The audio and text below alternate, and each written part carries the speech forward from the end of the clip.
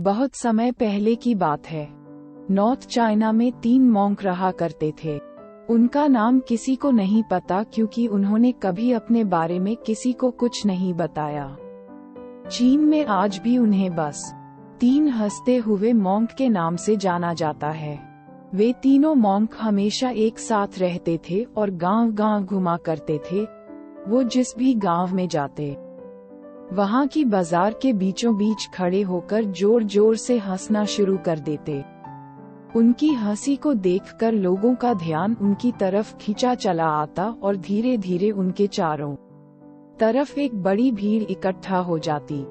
वे इतनी एकाग्रता व संपूर्णता के साथ हंसते कि उनकी हंसी देखकर सारा गांव हंसने लग जाता। और जब वो पूरा गांव हंसी के समंदर में डूब जाता तो वे दूसरे गांव चले जाते। वे ना तो कुछ बोलते थे, ना ही कुछ उपदेश देते और ना ही कोई शिक्षा। वे जहाँ भी जाते अपनी हंसी से ऐसा माहौल बना देते कि लोग अपने सारे दुख दर्द भूलकर बस हंसने लग जाते। पूरे चाइना में उनके बारे में बातें होने लगी। जब भी उनसे उनका नाम पूछा जाता तो वो बस हंसते थे और इसी वजह से उनका नाम 3 लाफिंग मंक्स पड़ गया।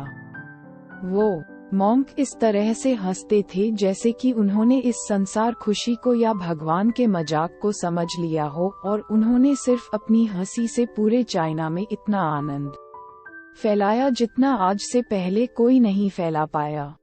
पूरे चाइना में घूम घूम कर लोगों को हंसाते हुए समय के साथ वे तीनों बूढ़े हो गए, और एक रात जब वे एक गांव में ठहरे हुए थे तो उन तीनों में से एक मॉन्क की मौत हो गई। ये खबर सुनकर पूरा गांव दुखी हो गया।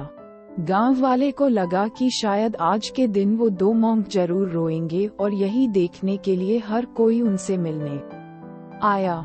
जब सुबह हुई तो पूरा गांव इकट्ठा हुआ, लेकिन वो दोनों मॉन्क तीसरे मॉन्क की बॉडी के पास बैठकर जोर जोर से हंस रहे थे। ऐसी हंसी जैसी उन्होंने आज से पहले कभी न हंसी हो। गांव के कुछ लोगों ने उन्हें समझाने की कोशिश की कि यह आपका साथी था और इसकी मृत्यु पर आपको हंसना नहीं चाहिए। तब उस दिन पहली बार उन्होंने लोगों से बात की और कहा, हम हंस रहे हैं क्योंकि यह आदमी जीत गया है। हम तीनों में शर्त लगी थी कि जो भी पहले मरेगा, बाकी के 2 उस पर जोर जोर से हंसेंगे, और इस आदमी ने आज हमें हरा दिया। हम अपनी हार और इसकी जीत पर हंस रहे हैं। इसे अंतिम विदाई देने का इससे बेहतर तरीका और क्या हो सकता है। ऐसा कहकर उन्होंने उस तीसरे मॉन्क को चिता पर लेटा दिया। चीन में ये प्रथा थी कि जब किसी इंसान की मृत्यु हो जाती तो उसके पुराने कपड़े उतारकर उसे नए कपड़े पहना दिए जाते थे। लेकिन मरने से पहले उस मॉन्क ने अपने साथियों से अपने कपड़े न बदलने के लिए कहा था।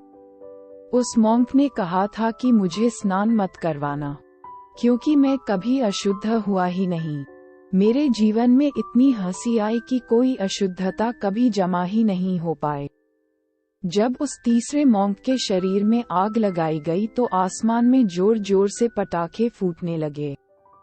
उस मॉन्क ने अपने कपड़ों के अंदर ढेर से पटाखे छुपा कर रखे थे। ऐसा नजारा देखकर पूरा गांव जोर जोर से हंसने लगा, और मरने के बाद भी वो मॉन्क लोगों को चेहरे पर एक मुस्कान देकर गया। ये मोटिवेशनल कहानी हमें सिखाती है कि जिंदगी में दुख तकलीफें तो हमेशा रहती हैं, लेकिन जो चीज हमेशा साथ रहती है वो है हमारी खुशियाँ। खुश रहने या फिर हंसने के लिए किसी वजह की तलाश नहीं करनी चाहिए। छोटी छोटी चीजों में खुद को और दूसरों को खुशी देने की मन में इच्छा होनी चाहिए। अपने दुखों को बांटना जितना जरूरी है उतना ही जरूरी है अपनी खुशियों को भी बांटना। हमारी ये जिंदगी भी बस एक मजाक है। जो इस बात को समझ लेता है वो दुनिया के उन झमेलों में नहीं पड़ता है जो बेवजह हमारे दुखों का कारण बनती हैं। खुद को हमेशा खुश रखना का एक तरीका ये भी है कि अपनी जिंदगी में आने वाली खुशियों को दूसरे के साथ बांटा जाए। खुशी एक ऐसी चीज है जो बांटने से बढ़ती है और गम बांटने से कम होता है। इसलिए लोगों के साथ खुशियों के पल जिएं। लोगों से हंसकर बातें करना, छोटी छोटी चीजों में खुशियाँ, साथ बैठकर हंसना और मजाक करना, ये सब आदतें हमारी खुशियाँ बढ़ाती हैं। हंसना, मुस्कुराना, ये सब हमारी जिंदगी का एक अहम हिस्सा है, लेकिन हम अपनी खुशियाँ अक्सर अपने दुखों के बोझ के नीचे दबा लेते हैं। और जैसे जैसे ये बोझ बढ़ता जाता है, हम हंसना और मुस्कुराना ही भूल जाते हैं। अपने गमों को भुलाकर जिंदगी को जीना सीखें। छोटी छोटी बातों में मुस्कुराना सीखें, क्यों जिंदगी खुशियों के सहारे अच्छी कटती है, ना कि दुखों के सहारे। सो गाइज, जिंदगी में सुख की तलाश करो, हंसो और खुशियाँ बांटो। दुख तो जिंदगी का हिस्सा है, वो तो ना चाहकर भी आएगा।